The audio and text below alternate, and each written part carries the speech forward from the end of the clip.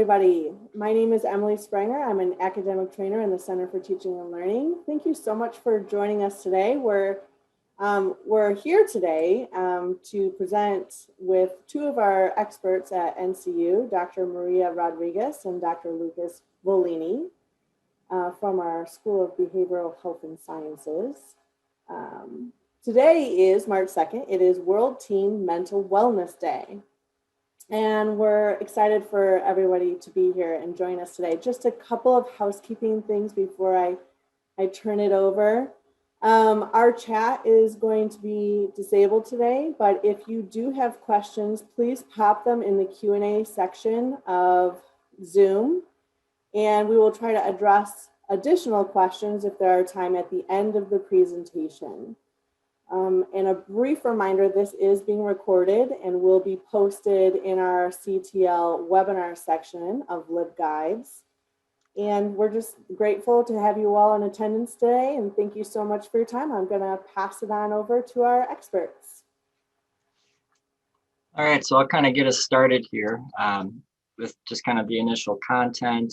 Certainly a topic that's kind of always relevant. I would say particularly relevant in this current era, amidst what we're all managing as we adjust to COVID, as well as a lot of the unique distinctions of this generation of teenagers, which we'll kind of start off setting the context around. So when we think about teens of today, for a lot of folks, there's generally kind of a felt sense of, there being distinctions, things feeling different. And so when we look to the research, which we've more recently been able to compile and analyze, the longitudinal research on the current cohort of teens, it did really clarify and substantiate what's accounting for a lot of the distinctions in today's generation of teenagers. And so as we think about addressing, a lot of the issues that we're noticing and managing on a weekly basis, it's important to keep in mind kind of the broader context of the lived experience that a lot of this generation is dealing with. And so the authority on this topic is largely coming out of Jean Twenge's research. She's a researcher, social psychologist at San Diego State University, and has really pioneered some empirically rich quantitative, qualitative, and longitudinal outcome studies on the particulars that's going on with this demographic, much of which is published and summarized in a book that I highly recommend reading to anybody that's interested in teens, whether as a parent or a professional. And so she titles it iGen. And so iGen is kind of the marker that's been prescribed to this cohort, and it applies to anybody born after the year 1995. And so the notion of iGen is essentially speaking to the fact that today's cohort of teenagers is the first class of humans to grow up in a world post-iPhone. And so there's really no reference of what the world looked like prior to the very rapid technological evolution that we're still experiencing in process. And so as we started to examine the impact that that's had on human development, what we're finding is that the extent to which iGen varies from its predecessors is measured at an extreme variance. Okay, so there's always, generational differences, and they're largely culturally driven. And we see that, between each of the cohorts currently comprising our population at large today, but we've never seen a shift as significant as a lot of the markers demonstrated in this cohort.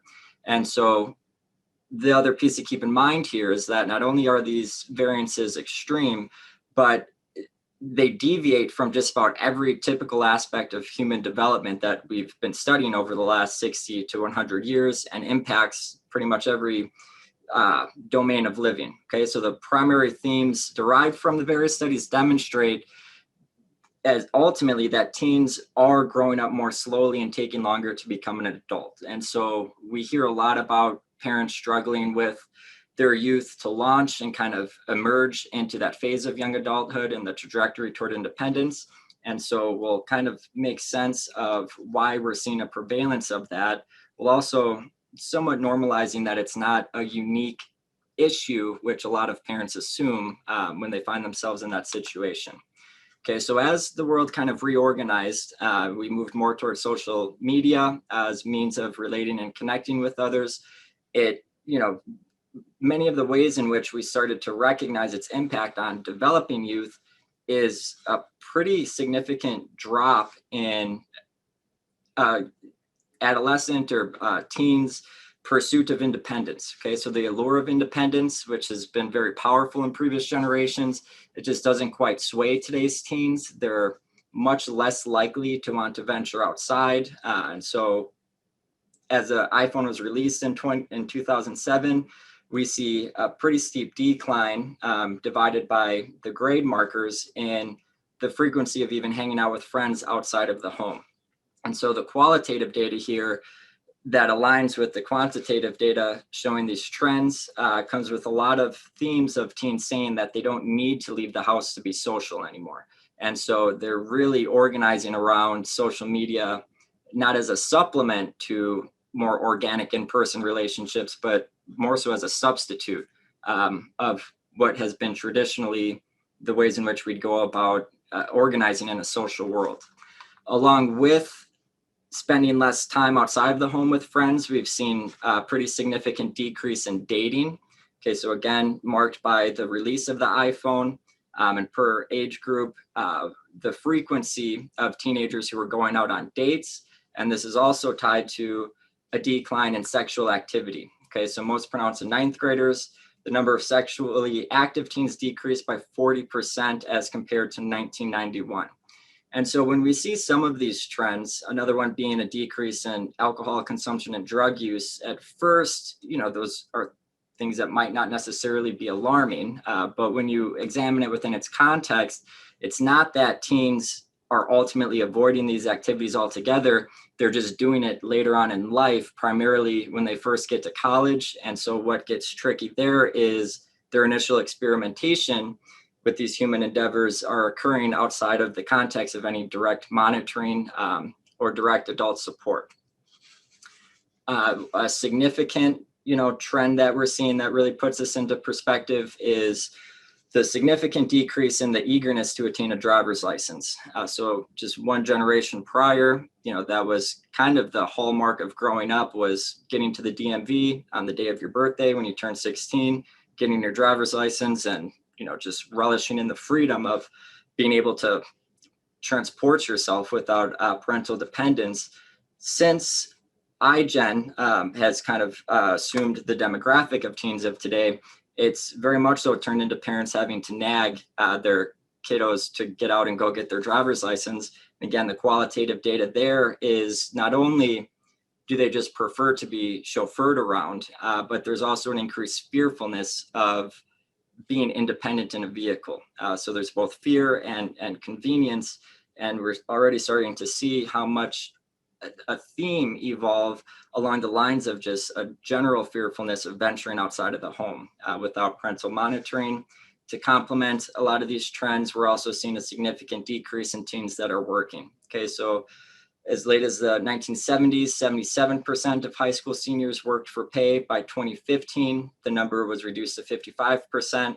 And when you look at eighth graders in the same time frame, it's cut in half as far as how many of them get their initial jobs in middle school. How we're seeing this manifest later in life, and these are more recent findings, as this generation now starts to enter into the workforce, we're seeing a lot of struggles there. So what's being reported by employers is a lower quality of work ethic, an over-reliance on technological means of communication. And this over-reliance interferes with workplace morale, for instance, relying too heavily upon email to communicate issues that warrant person-to-person dialogue and interaction. There's a deficiency in interpersonal communication skills. And so again, we see this cohort relying more on technological communication to compensate for this deficiency. There's reports of a lot of time that they spend on social media during the workday. Significant one is the struggle to absorb constructive criticism. So there's a component of resisting anything critical, complemented with an expectation of praise. Decreased productivity, and an interesting one here too is an eagerness for promotion. Okay, so kind of an expectation that you're going to get a bachelor's degree, get a job making $70K a year, and within a few years be working your way up to management and whatnot. And so that kind of sets the context of a lot of the markers that we're seeing in this generation. To kind of shift it into more of a specific focus on mental health, this generation of teens is pervasively plagued with mental health struggles in ways that we've never seen before in any other cohort. And a lot of this is directly tied to screen time and the excessiveness of screen time and how that's substituted with the organic human to human connection that has long governed how we organize in the social world. Okay, and so, what we're seeing here primarily is a significant increase in reports of loneliness. Okay, so as teens have become more withdrawn and look to social media to substitute our primitive need for social engagement, it's kind of given an illusion of connection, but it's not, again, organically at the level of meaning, filling these teenagers up with what relationships are meant to provide. And so there's a significant spike in reported loneliness at rates we've never seen anything close to in prior generations. And the loneliness is what a lot of the mental health struggles organize around. So whether that be depression, suicidality, anxiety, social anxiety, this is kind of a key variable that we're seeing largely pronounced and reported in both the quantitative and qualitative data. And so what the research is finding pretty substantiates that teens who spend more time than average on screen activities are more likely to be unhappy, and those who spend more time than average on non-screen activities are more likely to be happy. And so we've really kind of gotten to the crux of the issue. And when it comes to screen time, there's not a single exception. Okay, and all this data was primed on massive sample sizes, controlled for a lengthy list of variables to really get at the causality of what's causing what. And so all screen activities are linked to less happiness, as all non-screen activities, again, linked to greater happiness. And the impact of this is pretty significant. So 8th graders who spend 10 or more hours a week on social media are 56% more likely to say they're unhappy than those who devote less time to social media. 10 hours being, on the higher range of social media usage, but those who spend 6 to 9 hours a week on social media are still 47% more likely to say they're unhappy than those who are on social media even less. And so as we kind of get a grip on all the interacting dynamics that these kiddos are experiencing and trying to manage, it's important to keep these in mind as we start to shift toward solutions, things we can do to pragmatically address a lot of these concerns. And so I'm going to shift it here to Dr. Rodriguez to provide more context. Thank you so much, Dr. Bellini. So I just want to take a step back and think about factors that impact teen mental health.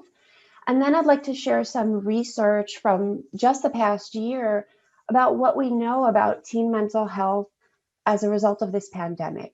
So I really like to use this social ecological model to understand mental health in general. And I think especially for children and teens, it really helps us understand that there are so many different factors that influence teen mental health. And we can think of 4 different levels and how these different levels interact as well. So if we think about the teen, we put the teen in this model as the individual. Your teen has certain genetic predispositions. We all have unique characteristics that make us who we are. Today, we have many teens with chronic illnesses such as diabetes, asthma. So these factors already have an impact on the person. We have other factors such as age. There is a range in adolescence. A 13-year-old is quite different from a 17-year-old. This goes along with educational level and their specific behaviors.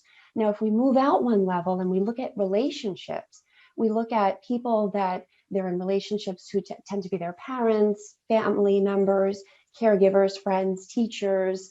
And moving out another level, we look at the schools, neighborhoods, places where social relationships occur. And out another level, the macro level, we look at society. And we can think of the state level, we can think of policies, health and social policies at the state level, but also the United States, just at a more macro level as well. And so we can think of different risk factors and protective factors at each of these levels. And this is something I want to get into now with the research that has come out during the pandemic. So the next slide, please, Dr. Bellini. Yeah. So when we're thinking about this particular social ecological model, and we're looking at the community level, what's happening right now, we have limited or no access to in-person education. Even remote education is difficult for those who are from a lower socioeconomic status and might not have access to a computer, might have to share one computer with parents and siblings, or don't have Wi-Fi. So there are a lot of different factors there that can influence.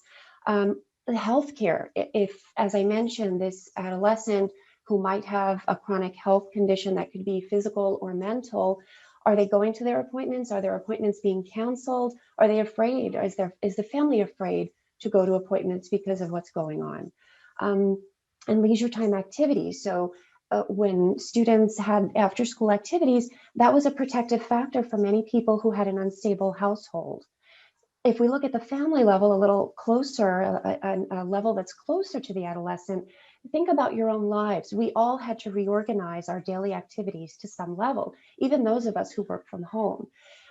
We have less access to family connections, and I think most notable, grandparents. You know, grandparents were often a support for families, and they had to be protected, so they either were not involved or were less involved in helping with teens and children too.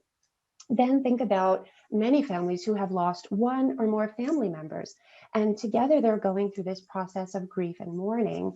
Also, they're adapting to a financial recession. Now, parents who are under these stressors, who are struggling to pay the bills, they're going to see this impact their family dynamics, their relationship with their partner, their relationship with their children and teens. And unfortunately, for some teens, there's more exposure to domestic violence and substance abuse and other maladaptive behaviors in the home. And if we look at the individual level, I wanted to point out something that I haven't really heard about much, but that is present. And you know, parents need to be vigilant, because more time online, more screen time, means there's an increased risk of contact with sexual predators. Now, research already says there's more of a demand for child pornography. So this really is just an added stressor for parents to be vigilant. And then if you think of an adolescent who before this pandemic was struggling with depression or anxiety, and could have also experienced, you know, could have struggled with their coping mechanisms, instead of, you know, doing meditation, yoga, and doing the optimal thing, they could have been engaging in risky behaviors. They could have been abusing substances. So those teens who were struggling before, what is happening now? So these are all the challenges that we're facing at these multiple levels. Next slide, please.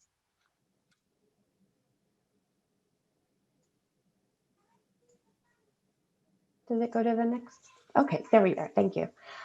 So I reviewed a lot of studies to try to see what was most important to share with you all.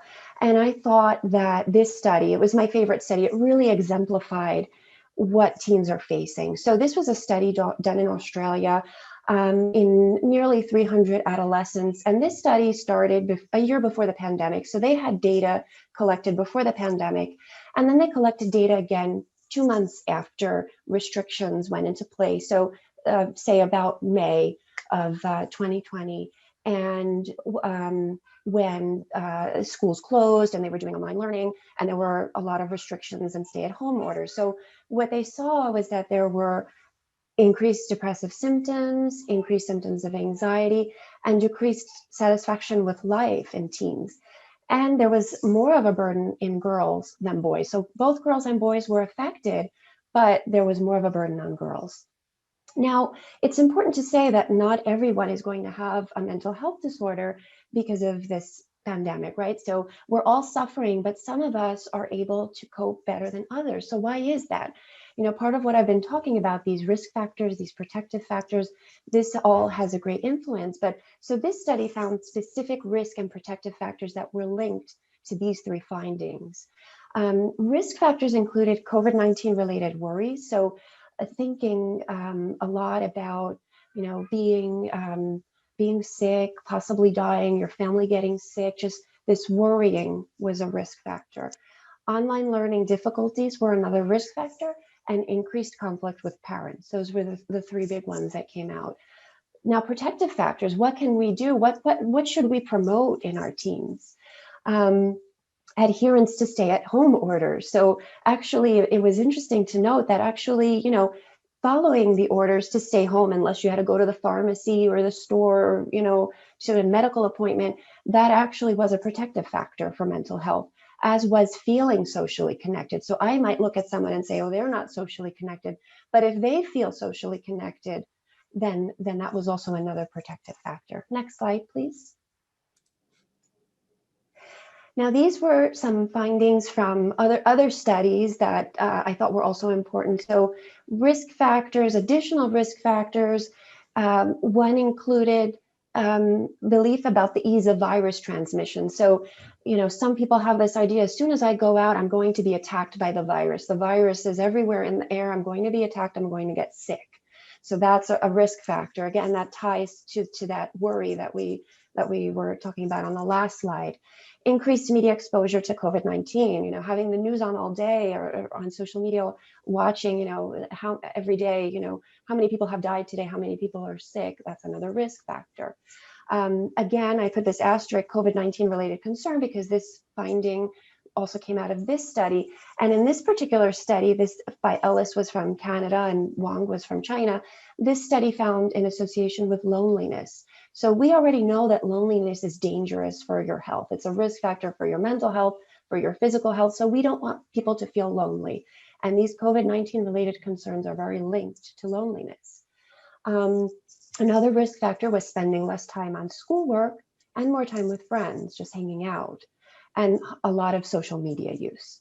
So protective factors, what can we do? What do we promote in these teens?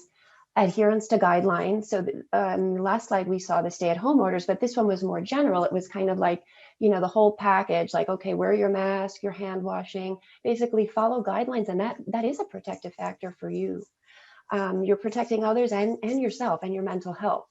Low perceived likelihood of contracting the virus and dying was another protective factor, as well as spending more time with family. Next slide, please.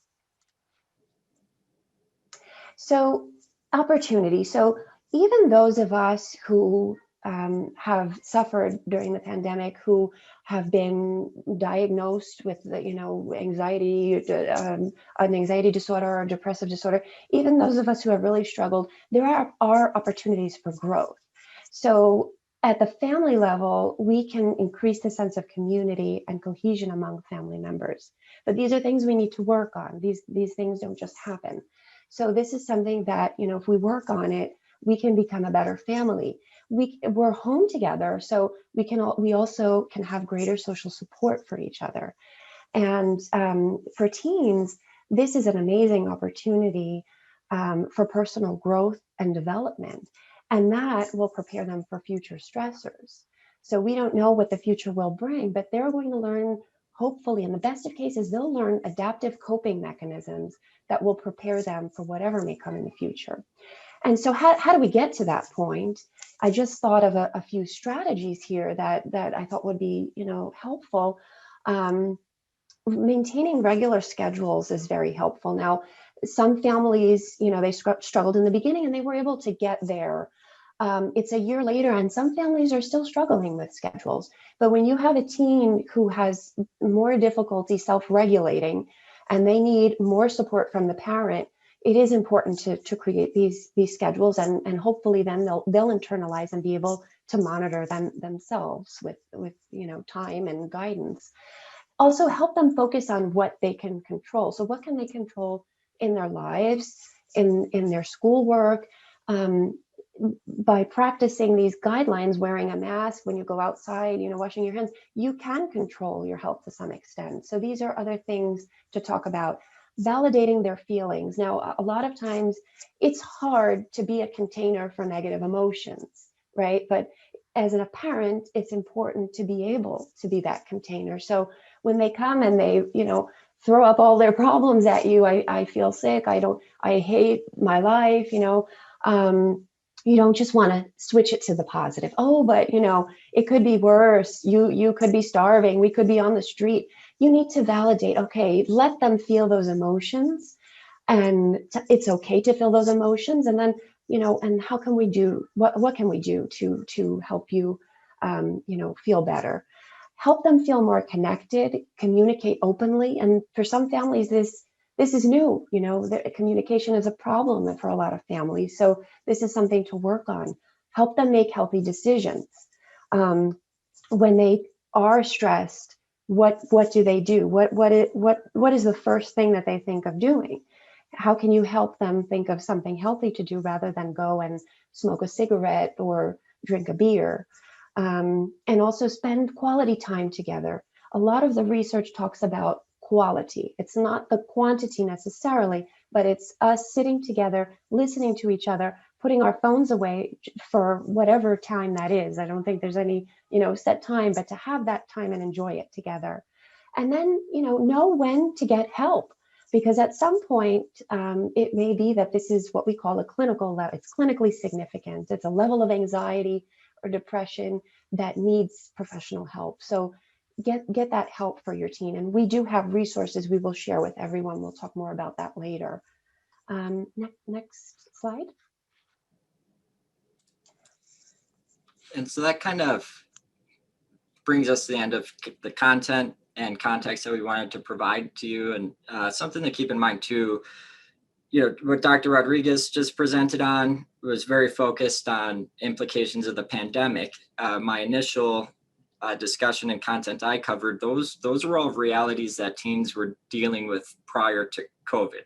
And so how we kind of see those two bodies of research interact is everything that teens were already getting way too much of that wasn't helpful for them was then significantly and abruptly compounded by COVID, which resulted in or forced them into going even deeper into the things that were already pulling them away from more of what they needed, with the cutoff from social interaction and social engagement, and even higher expectation for them to engage on screen time, whether that be remote learning or doing what they needed to do to be able to connect with friends in whatever capacity they could.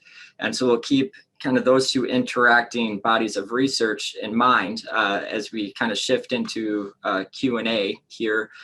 Just wanted to briefly kind of mention some of the resources, that are written for the general public that also have a lot of value to working professionals that work with teens. One is the Netflix documentary, The Social Dilemma. And again, we'll include all of these in the resources list that's going to get emailed out to all attendees. I think this is an excellent documentary to watch as a family. I often encourage families I work with that have teens to sit down and discuss this. And it really lays out the full spectrum of the impact that our phones have had on our lives, whether that be privacy related matters, but also the effects that it's had on mental health with a specific focus on teens. And then these 4 books, iGen, which we already discussed, The Coddling of the American Mind takes a different perspective on the unique aspects that are interfering with youth being able to fully emerge into adulthood with a strong sense of independence. Wildhood is kind of a lesser known text out there, but I was terribly impressed with it, found it to be a brilliant read. And it's really about how much parenting practices of today have removed youth further and further from essentially nature, that they're not getting outside and exploring nearly as much. They have virtually no time to be out exploring the world without direct parental monitoring. And so it kind of gets at the aspect of how a lot of the hovering, and kind of fearfulness that parents operate off of, which keeps kids, contained, the impact it's having on their development. And then Brainstorm is the most accessible, but also like scientifically rich text that really explains the neurological development that teens are experiencing and gives you a powerful reference to make sense of the rapid phases of maturity and human development that we need to keep up with, especially in those middle school to later high school years. So that's kind of the overview. We're going to shift into a Q&A. So we did get a list of questions that folks that registered submitted ahead of time that Dr. Rodriguez and I are prepared to respond to. And then after we cover those pieces, we'll check in on the Q&A for live participants and what you're posting there. Okay, so this question I'm going to take. So the person asked, what are some good tools for supporting teens who are struggling with feeling overwhelmed and isolation from online learning? So these are just some thoughts I jotted down. But so first I'll just start off with the fact, and this goes for everybody, for those of us who work from home too, we know this, there's a negative impact of screen time on your health. And I think the two big areas are your eyes and your back. So it is important to allow for frequent breaks between lessons. And again, this goes for everybody. And, you know, to sit down with the adolescent and see what makes sense based on their particular learning experience when they can take breaks, because they shouldn't be sitting for 2, 3, 4 hours. They need to be getting up and resting their eyes, shifting and walking around too. And just in terms of setting a schedule, this links back to what I said before, that it is important, you know, to set a schedule, and just in general in the life of the family, but also within, you know, the education. So how are we going to approach this online learning? Now, feeling, you know, more the emotional aspect here, feeling overwhelmed and isolated. I think this goes back to what I said on my last slide, that, you know, the parents or the caregivers really have an important role to communicate openly. So to talk about it, help them make healthy decisions, spend quality time together. So, you know, away from the screen, what can we do together? What can we talk about? And something not COVID related, maybe something not even school related, something different. And, you know, try to schedule time with family and friends. And I think this kind of depends where you live and what your family situation is, but some people are able to actually get together in person with social distancing outside and do activities, you know, whereas that may not be a good idea for other families, and you need to try to schedule time that is, you know, for family and friends online, that's separate from the educational piece. So those are my ideas of you know, simple ways to start to help the teen feel a little less overwhelmed and isolated.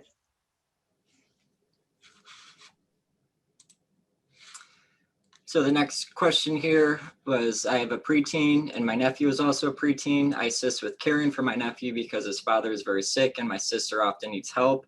He has problems making and retaining friendships in school. I have noticed since the pandemic that he has closed down to social relationships. He has been doing school at home since the start of the pandemic. And when he is at church or in person at other social activities, he will not play with other children like he used to, even when it's safe, such as with a mask and outdoors. How should we handle this?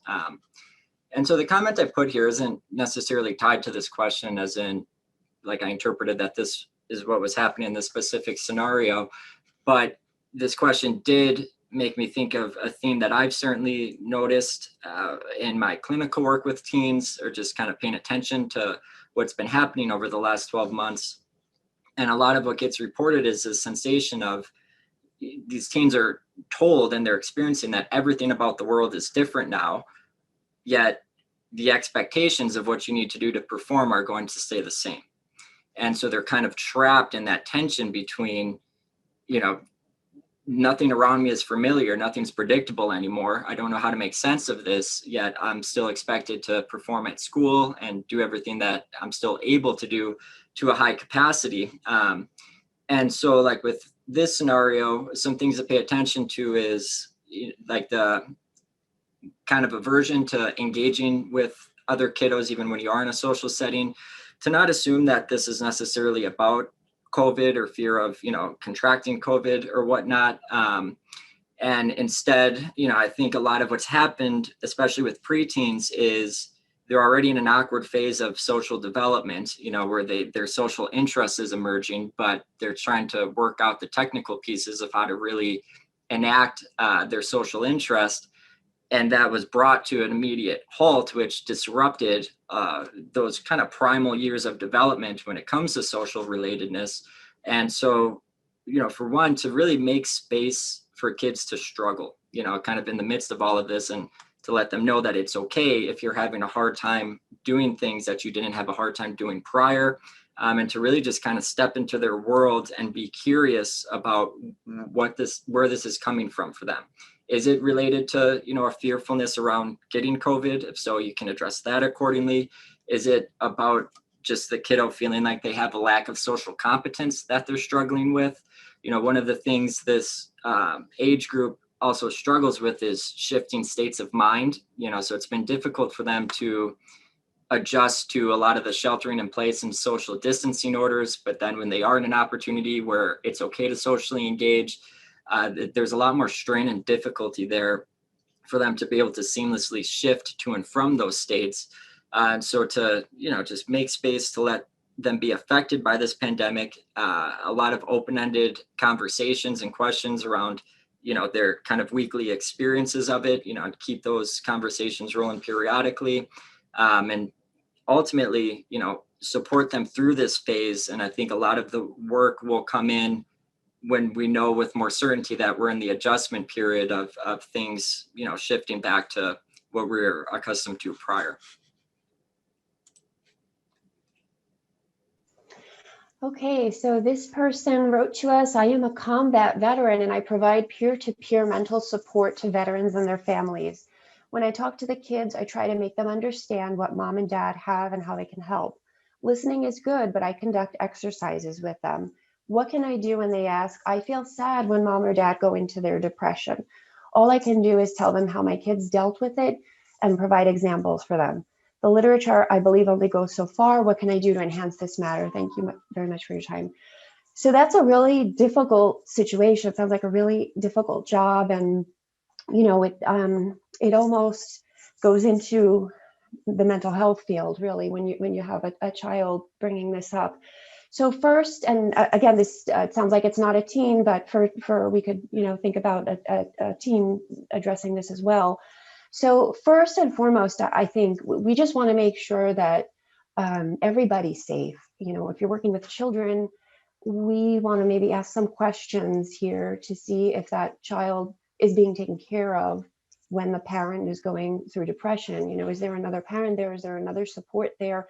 How is the child getting fed? How is the child getting basic needs? So we just always need to make sure that the child is safe. And then, of course, we'll think about does maybe that parent need help and they're not getting help. Now, it sounds like you do individual work, and part of what I presented before talked about all these different layers, all these different levels, and the child or the adolescent is nested in these different levels. So here, it's very hard to do individual level work because really this child needs to talk with the parent. So in an ideal situation, you'll be able to get a conversation going where this child feels comfortable to address this with the parent.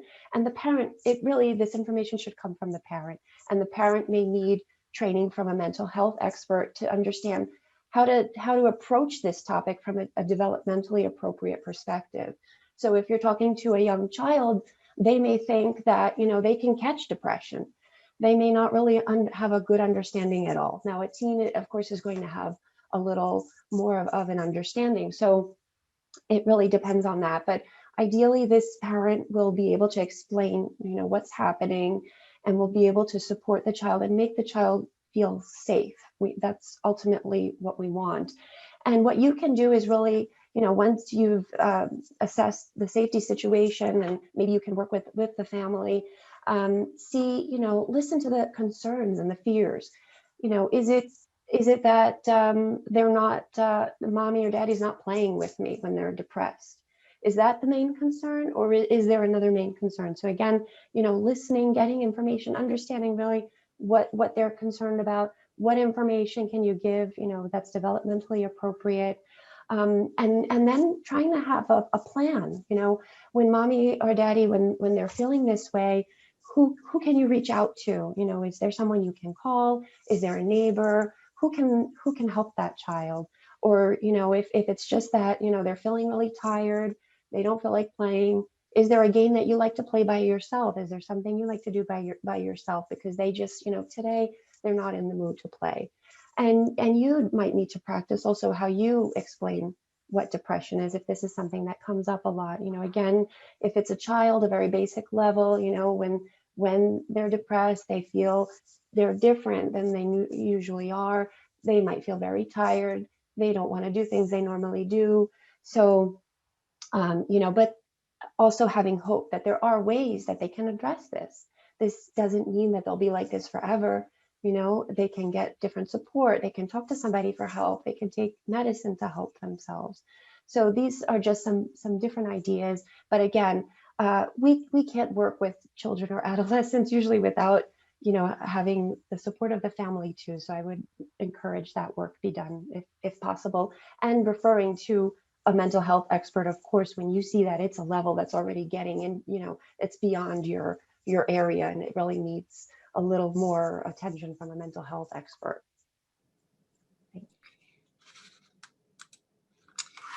So what is the biggest communication challenge for parents and therapists when working with teens, and how do you overcome it? So there's a lot to address here. I thought I'd start off with, this is essentially always one of the first questions I ask teens upon like first intake or when they first come into therapy. And because again, they come in expecting to be examined, expecting another adult to just, figure out what's wrong with them. A lot of sometimes they're there begrudgingly because their parents, ship them off to get, fixed by somebody else. And so I usually hit them with this one, which is me just asking, so how's this whole existence thing going for you? And their response is typically bewilderment of some degree, not knowing what I'm talking about. So then say, existence. Not too long ago, you were spawned into this fully conscious being without your consent, spiraling into this precarious physical world that's yet to reach any unanimous consensus around what we're even doing here. You didn't get to choose your family, your body, and its inherent biological predispositions, or where you live, yet are expected to figure out how to live up to the endless list of expectations adults in society constantly impose upon you, and all the while figure out how to achieve happiness and purpose in a world predominantly governed by chaos. How's that going for you? And so it kind of, one of the things that does is it kind of stuns them because they don't expect it to be coming. It takes pressure off of them to be examined, and it just opens the door into their curiosity wide open. So teenagers, I think oftentimes we reduce the complexity that they can manage cognitively, as their brain's developing, and we often overlook just how the drive of their curiosity to make sense of their existence. And when we examine whether what our own upbringing looked like, or just typically what it still looks like today for kiddos, because not much has changed in the realm of like public education, there's really no encouragement or framework for them to examine what they're doing here in this world and how to make sense of their reality. But when you ask, these larger questions that aren't directly tied to them, it gives you a segue, into every eternal aspect of their lived reality. It gives them an opportunity to make sense of what they're experiencing each and every day. And it's a powerful way to really get to know the teen at a much deeper level. The other piece to keep in mind here is it's significantly easier to be a therapist to a teen than it is to be a parent to a teen. So it's important not to kind of jumble these in as if what I do as a therapist is going to work as a parent. At one point in my life, I was naive enough to believe that if, I got a doctorate in family studies and read all the books on human development, that, I'd be like immune to screwing up my kids. And then my oldest turned 2, and realized that that's just not possibly going to happen. But what I did come to terms with is like, it's a foolish pursuit to try to not do anything wrong as a parent. But ultimately what our job is as a parent is to create a dynamic in a relationship where when we do fall short and screw up as a parent, that our kiddo is totally disinhibited to come to us and tell us about it. That they'll let us know when we're falling short so we can have that conversation, take whatever accountability we need to, and that they have the security and trust that we're going to listen to that. Other things to keep in mind is this notion of like culturally generational premise of like being multilingual, that there is a deviation in language that adults of today use respective to the kiddos. And so to really step into their cultural context and their cultural world as much as we can. And that when we do engage with teens, to try to really minimize the frequency of those conversations being about like their performance and their achievement, so less about how's school going, where your grades at, how was practice, whatever it is that they're doing, and more open-ended, curiosity-based questions that explore their experience of what it was that they're doing. So not what it was that they were doing, but how was it that they experienced, any number of things that they have to sort out each and every day. And so the more we can take the pressure off them and the less they can feel like they're under a microscope, the far more likely they are to really start to open up and appreciate that shared dialogue, whether it's their parent or any other adult in their life. Okay, so the next question is, I have a 19-year-old who is not motivated to prepare a future for himself. He chose not to do college, not a problem to me. My question is, how can I motivate him without being overbearing and treating him like he's still 9? So I appreciate this question because, our attitude towards time is really defining it, and it does influence our judgments, our decisions, our behaviors. And it sounds like this 19-year-old is very focused on the present, I would guess, not so much the past, but the present. And you want to try to help him turn that into a future perspective. So there's a lot of research on this, and just, again, trying to find something simple to share with you all. I came across the research by Kendall Cotton Bronk. She's a developmental psychologist, and she talks about finding your purpose. And I think your question has to do with helping this teen find his purpose. And she talks about 4 different factors that you need to find your purpose. So you need dedicated commitment, and they're all kind of interrelated, so they'll come together. So you do need to have a dedicated commitment. You need personal meaningfulness. So what does he really enjoy? What can he do all day where he's in the flow and, he's good at it, but it's just challenging enough that it's not too challenging. Think of different hobbies. And is there some way, if he likes cars, becoming a mechanic? So trying to find, something you love to do. And it doesn't necessarily have to be, thinking of a career, but a job that can, take you somewhere and give you financial stability too.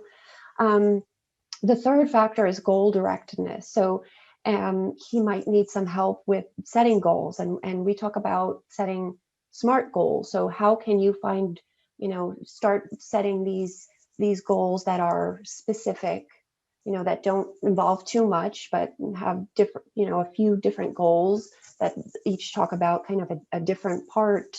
Something easy like it when you want to lose weight, one goal might be, I want to eat healthy, 5 days out of the week. And so you're setting a goal that's specific, it's measurable, you're actually able to tell when you've met the goal, it's attainable, it is something that's possible, it's relevant to the topic at hand, and it's time. So again, putting, a number, being as concrete as you can with these goals. And that helps you little by little, kind of baby steps, get where you need to be. And then also the fourth component is having a vision that's larger than oneself. So, is there something that keeps him up at night, or maybe, that he's just very curious about, very interested in, how he can contribute to the world? How does he think he can contribute to the world? There are plenty of entrepreneurs who were, on mom's couch in the basement who were able to do something. So there is hope. But I think the other piece here, something that's more practical rather than theoretical is, you don't want to be overbearing and treat him like he's still 9. And sometimes something that happens is, as our children age, we don't think about, expectations change. So when you were 9, I expected this of you, you were contributing to the household in this way. But now that you're 19, there are different expectations. So how can you help him see that he needs to be a contributing member of a household and also of society? So you may need to, what may feel like being mean or being strict is not. It's really helping foster independence. And if we think back to Dr. Bellini's presentation at the beginning, we have this problem with independence with our teens today. So this is something really, really important that you can do. And also celebrate strengths. It's not just every day, you didn't take out the trash, you didn't do this, you didn't do that. But what does he do that's good? So to help him feel like he can master something, he is a competent person. So that's how I would suggest to start to get him to think about, the future and move from the present to the future. Yeah, and if I were to just add to this one too, knowing that 19 is still well within that generational norm, that we're seeing as more of the majority of this age cohort than the exception in their kind of delayed trajectory, I think it would be premature at 19, but come 22, 23, if all other sources have failed, and I don't mean to make light of this question, but you could get paradoxical with them and just start flooding them with appreciation that they want to live with you for the rest of their lives, and that you're flattered, and that you're just so eager to, have them spend the rest of your aging years in the home, to the point where, that just shakes them to the core. And they have no choice but to, let go of the resistance of moving out by pushing them deeper into what they're not wanting ultimately. And so some things to kind of keep in mind too is we can be more strategic, especially as they get older and they get smarter. We can leverage a lot of what we have. This is a question that I thought was terribly relevant, also something very distinct to this generation. So how do you explain to teens the problems facing the nation and how leaders aren't leading? This is a huge problem that they don't understand. I just put a little reframe up here because this was, when I read this question, my automatic, reframe was, how do you explain to adults the problems facing the nation and how leaders aren't leading? This is a huge problem that they don't understand. And, why I feel like we need to account for this reality in the reframe in context of this initial question is, this is a part of what's come along with this technological boom and all this screen time is these kids are exposed to so many worldly events on a daily basis, around the clock, nonstop, which was something that no other generation of youth really had to sort out or manage before. I'm not like a generation removed, from this other cohort. And it would have been strange to be 17 years old and be talking about the election, in the cultural context that I grew up in. There just wasn't, any immediate urgency or awareness around those issues. And you weren't, if you wanted to be exposed to what was going on in the world, you either had to intentionally watch the news, which I don't know anybody that was a teenager in my era that would watch the news or read a newspaper, so I think one of the things that came along with that was, I was able to grow up and develop with this naive perspective that once I become an adult, I enter into this world of competent, hardworking, good, decent people, which was most certainly not the case, once we get out into the complexity of the real world. But assuming that that was the agenda, did have like a motivating factor to it. These kids, on the other hand, they look what's going out. They see very clearly what's happening out there in the chaos of the adult world. And they see that the adults that aren't leading, not only are they not leading, but the other adults surrounding them don't even know how to talk with each other about the fact that our leaders aren't leading, and so they don't have any reference or model to look to that's healthy and constructive and productive. And so that's part of the piece where this young generation of teens and emerging adults, it's like they're kind of disenchanted with the adult world out there. They see what's happening and they're not terribly interested in being a part of that. And so with this question, what I think is important to do is, well, one, it's like have conversations with them that get them attuned to the values and the character traits that they see to constitute what good leadership is. So to give them a clear picture of what leadership should be, and then to help them sniff out and identify the people that are in positions of leadership that do embody these qualities.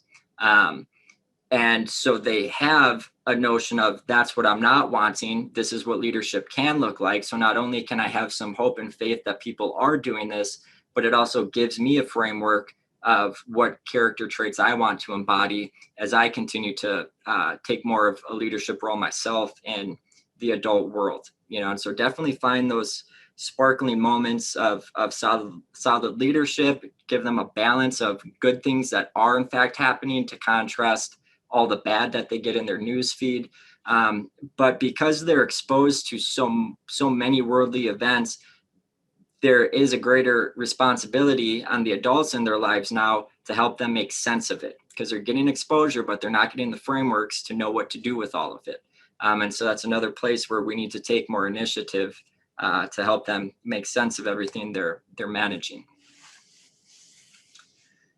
So this is one Dr. Rodriguez and I might tackle together, because it's a big one, how to not be insecure. So if you want to start us off, Dr. Rodriguez. Yeah, sure. I'll just share two simple thoughts for the sake of time as well, and Dr. Bellini will share some more.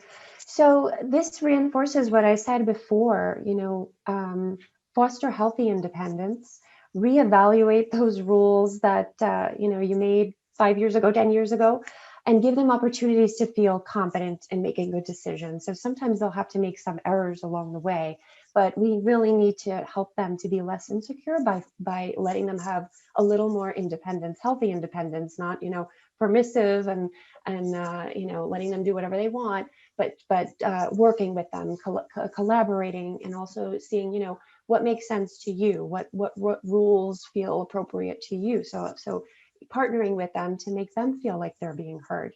And also, I'd say model healthy behaviors at home. When they see the parents who are exhibiting insecure behaviors, that's going to be natural to them. So it won't be surprising if they start to exhibit that themselves. So, we need to work on ourselves and model good behaviors for our children to also, give us those good behaviors that we want to see. I'll pass it to you, Dr. Bellini. Insecurity is most certainly not something we grow out of. So a lot of adults can spend their entire adult life crippled with experiences of insecurity. And so when we think about insecurity, generally the more insecure you are, the more externally focused you are. So a lot of your conscious energy is toward other people and what they're going to think of you. And so when you fall into that pattern, it's like you're not being governed by your own value system. You're trying to constantly accommodate and live up to the cultural standards that you think others have set for you. And that's not a healthy recipe to internalize and navigate in this world. And so the big piece is, and this ties into some of my other comments, is it's like we need to help teens identify and establish a coherent worldview and value system that they define, that they don't just internalize based upon what they see out there, but they know what their values are, and they use that as a framework of what they need to pursue and live up to. And so long as they're living up to their values, that's what matters most, because you just know that other people are going to have different values, and they might not give you that self-esteem when you are governed by your own values, but that's not why you're doing it. And so I'm just going to tell a real quick story that I think puts this into perspective. But it was when I was in the 4th grade, and this is my only memory from 4th grade because it was a very formative experience. But it was my buddy Marcus, and we were in the bathroom, and he was going to the bathroom, and we were in 4th grade, pulled his pants up too soon and peed all over his sweatpants. And so I'm in there, and he's like, I just peed all over myself. And I'm anxious. I'm like, what is he going to do? I'm worried about him. And he was like, just go back. I'll take care of it. So I'm sitting in class, really worried for Marcus and how embarrassed and humiliated he's going to be. But then next thing I know, Marcus busts open the door. And as he's standing in the doorway to the class, he just goes, everybody listen up. He's like, I just peed all over myself. I didn't mean to. It was an accident. That's the end of the story. And then he just sat down, and it was a non-issue. And I think I was so impacted by that because I was just blown away by it, because he found a way to take ownership of the situation and overcome the embarrassment that he could have, succumbed to, but he made a different choice, and the amount of, he was like a hero because of that. So it's we ultimately govern whether or not we experience embarrassment or humiliation. And so we need to evaluate the things that we're trying to strive to live up to and really examine at the end of the day if they really even matter or not. So. Absolutely. I'd like to, first of all, excellent presentation. Thank you both so much for your amazingness in this topic. There's so many people that had posted in the Q&A how great this presentation was and how informative, and they love the data that was used to inform them. So thank you, Dr. Volini and Dr. Rodriguez, for that. There were a couple of other questions that popped up that we don't have time for today, but I am going to go ahead and post a resource that we have in our CTL LibGuide section for a health and wellness resource. And I also want you to be aware that I will send this to all of the attendees who attended today. And I realize that some folks might not be NCU students, so I will go ahead and send it to everybody that was in attendance today in an email. And I think Dr. Volini will be able to provide me the titles of those 4 books, because we got several comments about that as well too, and I will put that in the email as well. So thank everybody so much for attending the webinar, and thank you, Dr. Volini and Dr. Rodriguez, for your expertise in the matter. And everybody else have a great day. Thank you.